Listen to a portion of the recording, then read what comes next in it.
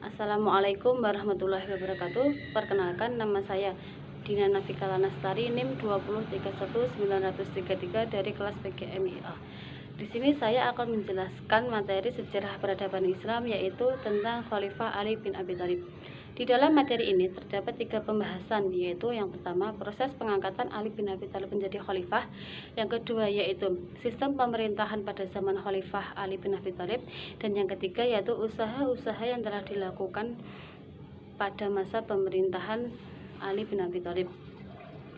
Pembahasan yang pertama yaitu proses pengangkatan Ali bin Abi Thalib menjadi khalifah terjadi pada tahun 35 Hijriah atau setelah wafatnya Khalifah Utsman bin Affan. Khalifah Utsman bin Affan dibunuh pada hari Jumat 18 Zulhijjah tahun 35 Hijriah. Atau ada pendapat lain, kaum muslimin mendatangi Ali dan membaiat beliau sebelum jenazah Utsman bin Affan dimakamkan. Ada juga yang mengatakan setelah jenazah Khalifah Utsman bin Affan dimakamkan. Pada awalnya beliau menolak untuk dibaiat oleh kaum muslimin, dan akhirnya beliau menghindar ke rumah milik Bani Amr bin Makhlud, seorang Ansor. Dan kaum muslimin terus mendesak beliau. Pada akhirnya beliau mendapatkan dukungan dari penduduk Madinah, dan akhirnya beliau menerima jabatan sebagai pengganti Khalifah Utsman bin Affan. Dan proses pengangkatan beliau terjadi pada bulan Zulhijjah tahun 35 Hijriah atau 656 Masehi, dan memerintah selama 4 bulan 9 tahun. Pada bulan itu menjelang pembunuhan beliau pada bulan Ramadan tahun 40 Hijriah atau 661 Masehi.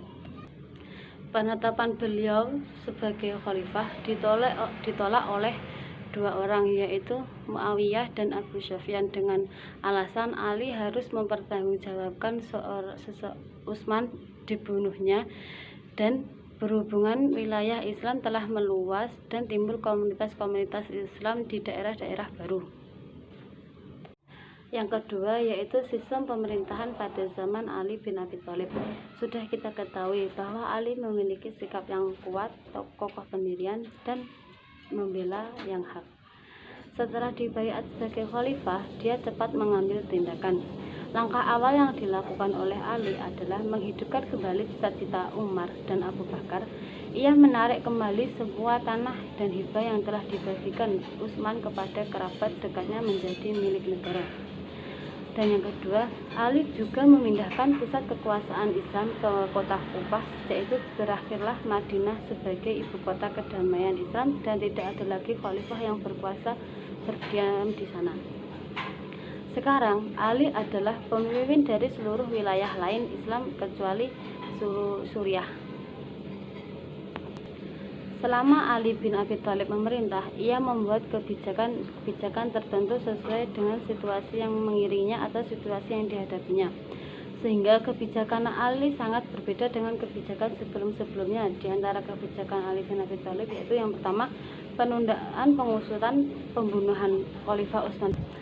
Yang kedua yaitu mengganti pejabat dan penataan administrasi.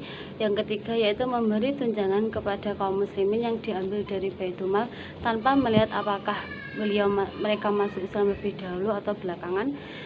Yang keempat yaitu mengatur tata laksana pemerintahan untuk mengambil kepentingan umat. Dan yang kelima yaitu menarik kembali harta dan tanah yang dihadiahkan Utsman kepada keluarga dan kerabat Utsman. Dan yang terakhir yaitu yang keenam, melaksanakan kembali sistem pajak yang pernah diterapkan oleh Khalifah Umar. Pembahasan yang terakhir yaitu usaha-usaha yang telah dilakukan dalam stabilisasi pemerintahan pada zaman Khalifah Ali bin Abi Thalib, yaitu pada bidang ekonomi. Pada bidang ekonomi, Khalifah Ali bin Abi Thalib menempatkan kembali kondisi Baitul Mal di posisi sebelumnya. Ada beberapa hal yang telah dikeluarkan oleh Khalifah Ali bin Abi Thalib, diantaranya yaitu yang pertama, memecat beberapa pejabat yang diangkat oleh Khalifah Utsman bin Affan. Yang kedua yaitu membagikan tanah yang telah dibagikan kepada keluarganya tanpa alasan yang benar. Yang ketiga yaitu memberikan tunjangan kepada kaum muslimin berupa tunjangan yang diambil di Baitul Mal. Dan yang terakhir yaitu mengatur kembali tata pemerintahan. Menurut sebuah riwayat, beliau secara sukarela menarik dirinya dari daftar penerima dari dana Baitul Mal. Bahkan ada yang meriwayatkan beliau memberikan 500 dirham setiap tahunnya. Yang kedua yaitu pada bidang politik. Pada bidang politik, Khalifah Ali bin Abi Thalib mendapat beberapa konflik internal di kalangan umat Islam, dan beliau golongan Utsman dibawakan oleh pimpinan Muawiyah bin Sufyan yang mengumandangkan semboyan menuntut darah Utsman, dua sahabat terkenal atau Zubair dan Tolhah, dan istri Rasulullah Aisyah yang berpihak kepada golongan Utsman. Dan yang kedua yaitu golongan Ali, yang mana dalam golongan tersebut terdapat dua golongan yang terkemuka yaitu golongan Syiah dan golongan Khawarij. Partai-partai politik tersebut berdampak pada adanya gangguan dan goncangan terhadap sendi-sendi dalam daulah Islamiyah yang masih berusia muda saat ini. Dan yang ketiga yaitu bidang sosial. Ali ingin mengembalikan citra pemerintahan Islam sebagaimana pada masa Abu Bakar dan Umar sebelumnya. Namun kondisi masyarakat yang kacau balau dan tidak terkenal lagi menjadikan usaha Ali banyak sekali yang berhasil. Adapun usaha-usaha yang dapat dilakukannya yaitu yang pertama, mendirikan beberapa madrasah sebagai tempat pelajaran dan membentuk halaqah di masjid atau pertemuan lainnya. Yang kedua yaitu mengembalikan hukum Islam. Yang keempat, bidang keempat yaitu bidang ilmu pengetahuan. Khalifah Ali membentuk dua bidang, yaitu yang pertama ilmu nahwu dan ilmu lughah atau ilmu balaghah. Ilmu nahwu dan ilmu lughah lahir dan berkembang di Basrah dan Kufah. Khalifah Ali bin Abi Thalib adalah pembina dan penyusun pertama bagi dasar-dasar ilmu dan tata nahwu Arab tersebut.